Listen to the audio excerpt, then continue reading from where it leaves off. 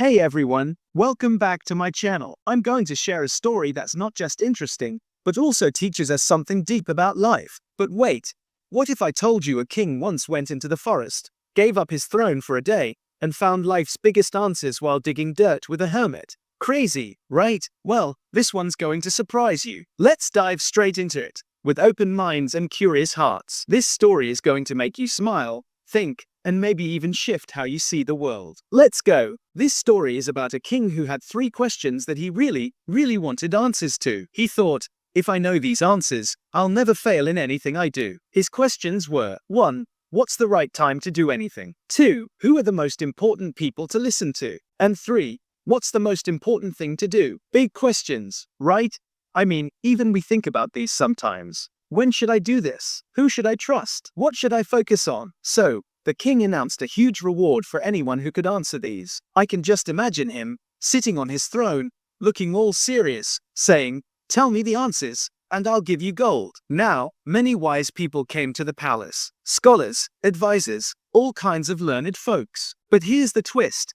They all gave different answers. For the first question, about the right time, some said, "Make a timetable, Your Majesty. Plan everything and stick to it." Others said, No, you can't plan everything. Just respond to what's happening around you." Some were like, "Ask a council of wise people to decide the right time." And one bold group said, "Only magicians can know the future. So, ask them." Can you imagine the king's confusion? Everyone's saying something different. Then came the second question. Who are the most important people? Again, no one agreed. Your counselors. No, the priests, doctors, warriors, because they protect the kingdom. The voices just kept clashing. Same thing with the third question. What's the most important thing to do? Some said science. Some said war skills.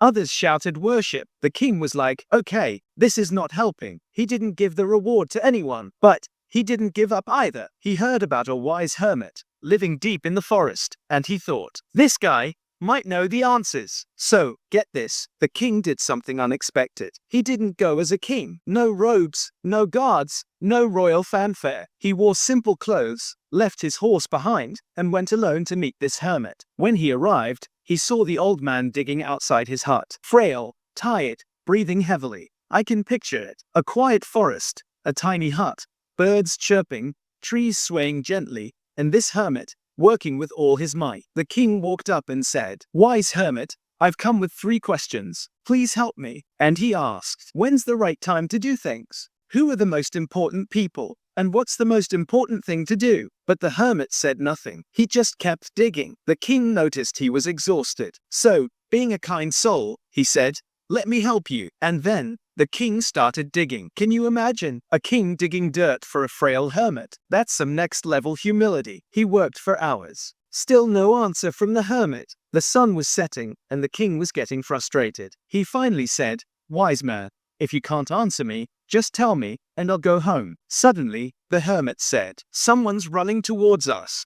Out of the woods came a man, bloody, holding his stomach, collapsing right in front of them. The king and the hermit rushed to help. They cleaned the wound, wrapped it with the king's own handkerchief and the hermit's towel. The king kept changing the bandage, because the blood just wouldn't stop. Finally, the man got better, asked for water, and the king gave it to him. By now, it was dark, and they carried the man into the hut to rest. The king was so tired, he fell asleep right there, on the floor. Next morning, he woke up, and the man, the wounded one, was staring right at him. He said, "Please forgive me." The king was like, "What? I don't even know you." And then, boom!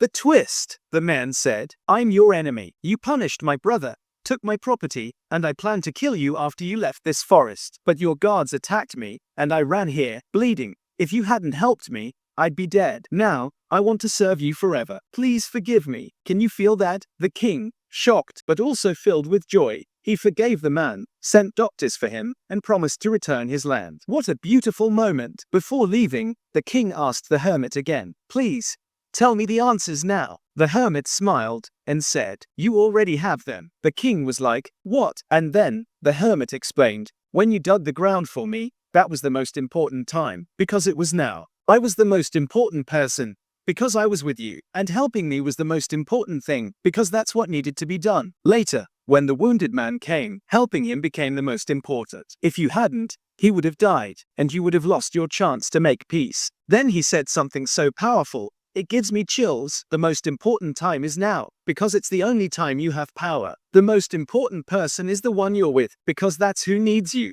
And the most important thing is to do good for that person. Wow! Just wow. So, friends, what did I learn from this story? Something simple, but so deep. Live in the now. That person in front of you, your friend, your parent, even a stranger, they matter most at that moment. And doing something good for them, that's the best thing you can do. This story makes me think. We rush through life so much, worrying, planning, chasing. But maybe, just maybe, the answers we're looking for are right here, right now. If you felt something from this story, if it made you pause or reflect, go ahead and share your thoughts below. What's something you experienced lately that reminded you to stay present? Or a moment where being kind changed everything? I'd love to hear your story. Until next time, keep spreading kindness, stay grounded, and I'll see you in my next video.